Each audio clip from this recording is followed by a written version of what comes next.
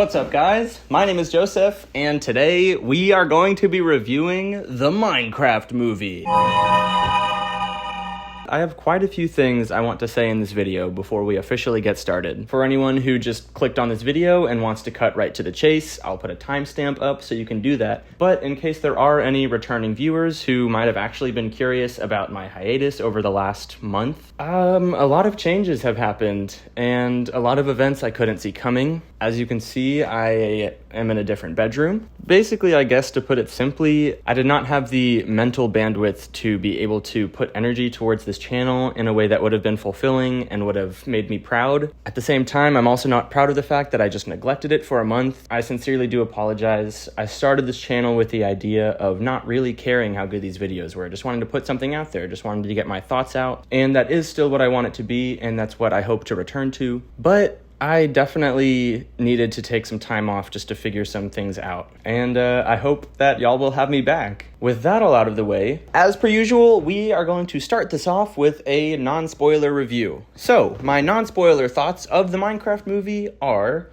it was really, really fun. I was not expecting to enjoy this movie as much as I did. I was very skeptical. When the first trailer dropped, I wasn't even skeptical, I was cynical. In general, I really don't like that every movie has to be based on some IP nowadays. And back in the day, I was a huge fan of Minecraft, so seeing something so beloved to me basically turn into a gigantic cash cow for some studio was already a little bit tough to swallow. And then there were so many questionable decisions about why did they make it look like Minecraft, kind of, instead of just making it like in the actual style of Minecraft. Why are there real human characters in the world? But honestly, at a certain point, I think I just realized I was kind of being too picky, and I had to take the movie for what it was. And as it got closer to the release date, more trailers dropped, and I kind of heard how my friends were talking about it, and they weren't being as cynical and annoying as me as a film bro, but were more like, oh my god, flint and steel, flint and steel. Basically, at a certain point, I realized, all right, I'm gonna see Jack Black as Steve for an hour and a half saying wacky things. Can that be that bad? And not only was it not that bad, it was honestly really good. Now, I do want to say, I watched this with another friend of mine who absolutely hated it. He thought it was genuinely cringe-inducing, annoying, hard to get through. Basically, his thing was, oh, that was definitely a kid's movie. And it was interesting because though I went with him, we sat not together, and he was sitting next to some older people. Not older, but like our age. I was sitting next to a literal child, like a 6-year-old. And honestly, I think seeing how happy he was throughout the movie honestly rubbed off on me. It stopped me from being cynical and being too analytical and more so like, yeah, that was pretty funny, huh? Yeah, okay. But this movie, I think the main thing about this movie and the main reason that I was really able to get on board was that you can just tell how much fun everyone on set was having. This is, like, honestly campy and over the top in a way that it really didn't have to be. Every actor brought it. They were so expressive. I mean, obviously, Jack Black, this is really up his alley, but even more so than I was expecting, he brought a level of, like, peculiarity and just, like, unabashed Jack Blackness. I don't really know another way to describe it. It was really fun. And Jason Momoa, he plays a kind of character we've seen before, you know, he acts like this big macho tough guy, but he's really insecure. But he plays that very well, even just down to like his shrieks and his screams. They're honestly funny. Like multiple times, just the sound of his scream got a laugh out of me because hearing him make that sound was funny. The child actors were honestly really good. A lot of times I have problems with that, but even though it wasn't necessarily like the most emotional, because they were kind of the heart of the film, I was never taken out by their performances. I was never in disbelief. A lot of the comedy was kind of kiddie, but a lot of the comedy, honestly, I think can work for all ages. And as any good children's movie should have, there's a lot of those kind of double entendre adult jokes that sneak by the kids, but are there for the parents who are there with the kids. And a lot of those really worked in this movie for me. Jennifer Coolidge's character specifically has a lot of lines that are like, are we sure the kids don't know what we're talking about here? Like, she had some absolutely insane lines. And honestly, her entire plot, well, I'll get to that in the spoiler review. Now, without getting too heavy into spoilers, this movie kind of doesn't though it is set within the Minecraft world, it's not really focused on like the story of Minecraft itself. You know, like it's not like the normal, like, all right, well, we need to get to the Nether so we can get to the end, so we can defeat the Ender Dragon and yada yada. Even though obviously there isn't actually any narrative to the game at all, it doesn't even stick to the soft narrative of the game. It basically comes up with its entirely own new idea. So I think that is just something that you have to be willing to buy into. If that doesn't sound like something you're interested in, if you would have only wanted to see the Minecraft movie for a realistic depiction of the game, that's not this movie. This movie is set in the world, but it does a lot of things that go beyond the scope of the game just so it can have, you know, an actual plot, which I would say I honestly appreciate. One of my biggest gripes with the Mario movie was that it just played everything so safe, like beat by beat. It didn't try to add any kind of story that wasn't baked into the original game. So I honestly, I can't have a double standard and say that I wish they did that there, but then I'm annoyed at it here. I honestly think that it worked here. I know that, again, it's not based within the game, but they found a way to create a narrative out of it, and it's something that you're able to buy into, or at least I was. With all of that, I think I'm just going to go ahead and hop into the spoiler review now. Where to start? Man, Jack Black. Jack Black and Jason Momoa, actually, they have, weirdly enough, one of my favorite movie bromances in quite some time. A lot of the, like, scenes I alluded to earlier that are kind of like the adult jokes are them. Like, there's a scene where, like, the scene where they basically have to, 69 in order to escape from the gas that they're flying, and Jason Momoa is like, hey man, like I can tell there's still a little space between us, like you gotta squeeze. All of those scenes where it's like them being kind of like homoerotic together just like really worked for me. I thought they were hilarious, especially because it's in no way played to like be like, oh, the joke is that they're gay or they're acting gay. It's more so they're acting kind of homoerotic, but what they're doing is actually funny and like fits within their characters. Like it honestly, at the end of the day, just felt like very wholesome and like not trying to like make them the butt of the joke, but just like highlighting their energies together, basically. My God, can we just talk about the fact that Jennifer Coolidge's side plot literally affected the movie in no way whatsoever?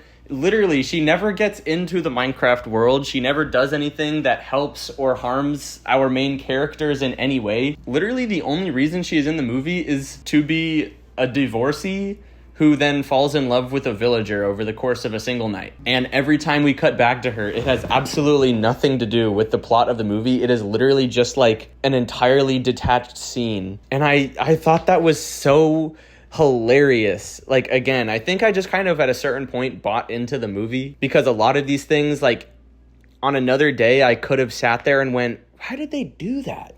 What was this choice? This makes no sense. But I don't know. I chose happiness today, I guess. Like, I chose happiness for the Minecraft movie. I wanted to like it, and so I did. But, oh my God, the line where, God, I can't even remember what she says, but, like, it's the line I was talking about earlier where, like, what are we even saying right now? I can't remember specifically, but basically when she's like, oh, you gotta be careful, because I've got raccoons down there. What are we talking about here? I'm not even entirely sure what that would, I guess I can assume, but it's just like, huh? It's also just funny because she says it in like a flirty way. So like, is that supposed to like, I don't know. It got a laugh out of me though, every single time. In terms of the plot itself, I don't have the most to say because it's very like, it spells it all out for you. Like literally the introduction of the movie is like, again, normally a big gripe of mine is narration.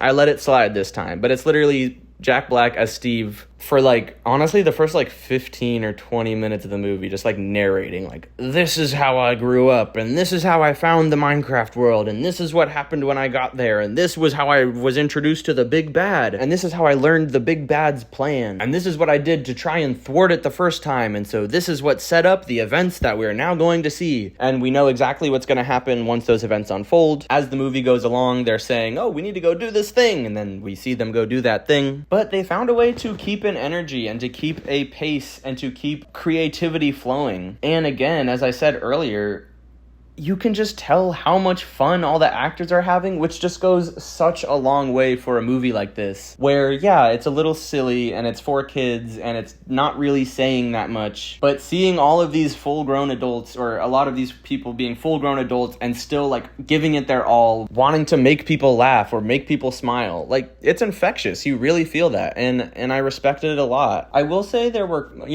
a fair amount of, like, arcs, like most of the characters are given some kind of arc they need to overcome, and a lot of those are not that interesting. They don't really do anything like super specific to the characters that you haven't seen before. It's like, okay, well, this character is set up to have this flaw. By the end of the movie, they're not going to have that flaw anymore, basically. So in terms of like an intellectual, thought-provoking experience, I guess you won't get that in a Minecraft movie. I'm sorry if that disappoints you. This movie is a perfect example for the phrase, like, it's all a matter of perspective. Like, we all watched the same movie. Your enjoyment level is basically entirely up to you. Like, are you going to choose to enjoy this and buy in, or are you going to, I don't want to say be a hater, because obviously everyone's entitled to their own opinion, but are you not going to think it's charming? I guess maybe some people might think this is just like some corporate product, which, like, it is, like, at the end of the day, like, the only reason this movie got made was because someone was like, wait a minute, this would probably make bank. But I have to respect the creative process at least a little bit here, because I can just tell that an amazing set was made. One thing I didn't realize was this was made by the same director of Napoleon Dynamite and Nacho Libre. Okay, I kind of see that. That's interesting. I don't think this is, on that level. But yeah, like, in terms of the, kooky, zany characters, yeah, that makes sense, honestly. I think one of my favorite jokes of the entire movie is actually the first joke of the movie, and it's the child version of Steve basically being like, back when I was a kid, I yearned for the mines. And I feel like that was a meme or something, like bring back child labor. Like, at some point that was like, oh, we need to get the kids back in the mines. And for some reason, like, hearing Jack Black narrate that as a child all he wanted was to go down into the mines, that really got a good laugh out of me. The other thing is, I did not know this was going to be a musical. That's only half a joke. There are 4 songs in this movie, and though it is not, it's not like a literal musical, like, Jack Black sings 4 songs in this movie. And again, like, I think this is one of those kind of litmus test things of, like, are you going to like this movie or not? All those songs, I was like, man, hey, this is charming. I'm enjoying this. Thank you, Jack Black, for serenading me. He's got a voice. He can sing. He was killing it, especially that last song. He ate. But yeah, I mean, this is, I think everyone knows what this movie is. It's just a matter of, like, is that going to work on you? And for me, I am very happy to say that, yes, it honestly did work on me. This is, like, a very easy, like, 7 out of 10. Like, this was fun. And not just in a way that is like a one of those fun movies, like a Marvel movie or something. Like, this had more soul and more heart and more passion behind it, at least from what I felt, than a Marvel movie, which, like, to be honest, that was the benchmark. That's all I needed. Like, as long as this wasn't a corporate product to the sense that the latest Marvel movies are, I was going to be okay. Everyone on set seemed to be having such a great time. It's very creative. Oh, I guess one other thing I didn't touch on was the fact that this movie is not interested in being super faithful to the game. Like, there's the tater tot launcher thing, or giving a golem the speed shoes, which isn't a thing in the game. And obviously, like, the villains of the movie are not actually in the game, and whatever. But, like, that's just kind of, like, that's a conceit of the movie. It's like, yeah, we're not gonna do everything lore accurate, canon to the game. And again, that was, like, I was fine with that. Like, yeah, we need a story, we need something. And again, just, like, sitting next to that little, like, that 6-year-old boy and seeing him enjoying all of these things that shouldn't be possible in the game kind of was just, like, a sobering moment of, like, why would I get hung up on this? Like, this is a movie, this is for kids, and it's just basically it's like a kid would probably imagine these things. He would think, oh, I wish I could do this, and allowing them the experience of seeing the game of Minecraft with its unlimited possibilities open that box even more. I don't know, that's the way I saw it, at least, where I'm like, yeah, this isn't necessarily accurate to the game, but at the same time, Who's to say someone isn't going to make a Minecraft movie mod in the next couple of months where all of these things are now possible and then it is a part of the game? But anyways, I feel like I'm kind of wrapping up here. I don't have much more to say. So stay tuned for a new series that I will be starting next month. I do want to apologize again for having such a long delay.